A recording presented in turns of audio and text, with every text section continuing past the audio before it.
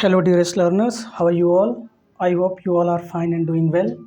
And with this hope that my video is helping you, I have a information for you, friends. Very soon I'm going to start class on literature and language for class 12th, 11th, 10th, and 9th.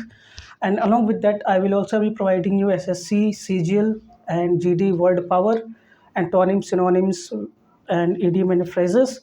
And for this you will have to keep tuning my videos so that you could watch my all the videos on literature and language. And without any further delay, let's get into the video. So today's word is very common and very useful in day-to-day learning, as well as in writing very simple and easiest and convenient English. Let's start. स्वयं सेवक का मतलब होता है volunteer. Volunteer का मतलब होता है स्वयं सेवक. मोहित, एंचेंट या एंथ्रॉल. एंचेंट का मतलब होता है मोहित हो जाना. उसके बाद मौजी, मैरी गो लकी या जॉली. मैरी गो लकी या जॉली का मतलब होता है मौजी. मनमानी, विलफुलनेस. जब आप अपनी मनमानी करते हो तो उसको कहते हैं विलफुलनेस. बौखलाना, to fret, to lose temper. जब आप किसी चीज़ पे बौखला जाते हो किसी बात पे तो उसको वहाँ पे कहते हैं टू फ्रेट और टू लूज टेम्पर. बौखलाहट, फरी या रेज. बौखलाहट, फरी या रेज. भंग करना, टू ब्रीच और टू डिसॉल्व. टू ब्रीच और टू डिसॉल्व का मतलब होता है भंग करना. उसके बाद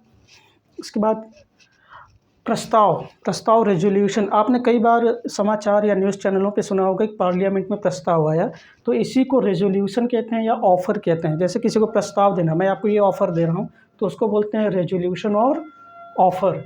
परस्पर, म्यूचुअल और रेसिप्रोकल. वो परस्पर सहयोग मीन्स म्यूचुअल हेल्प और म्यूचुअल असिस्टेंस. रेसिप्रोकल मतलब कि बराबर की मतलब परस्पर. रेसिप्रोकल. नौसिखिया, नोवाइस. नौसिखिया का मतलब होता है नोवाइस. धौंस, थ्रेट या फिर ब्लस्टर. धौंस जमाना, टू ब्लस्टर और टू थ्रेट. किसी को नंगा करने का मतलब होता है to expose someone. To expose का मतलब होता है नंगा करना. चलिए एक बार फिर से हम इसको रिपीट कर लेते हैं इन वर्ड्स को. स्वयं सेवक वॉलंटियर, मोहित एंचेंट, मौजी मैरी गो लकी, मनमानी विलफुलनेस, बौखलाहट to fret to lose temper. बौखलाहट, फरी, रेज, भंग करना, टू ब्रीच और टू डिसॉल्व. इसके बाद प्रस्ताव, रेजोल्यूशन और ऑफर. परस्पर, म्यूचुअल और रेसिप्रोकल. नौसिखिया, नोवाइस. धौंस, थ्रेट या bluster.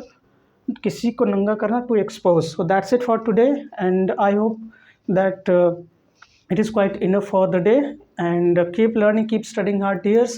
And someday you will be feeling that your spoken and written English is improving day by day, and you are getting fluent and flawless in terms of written or spoken English. Thank you very much.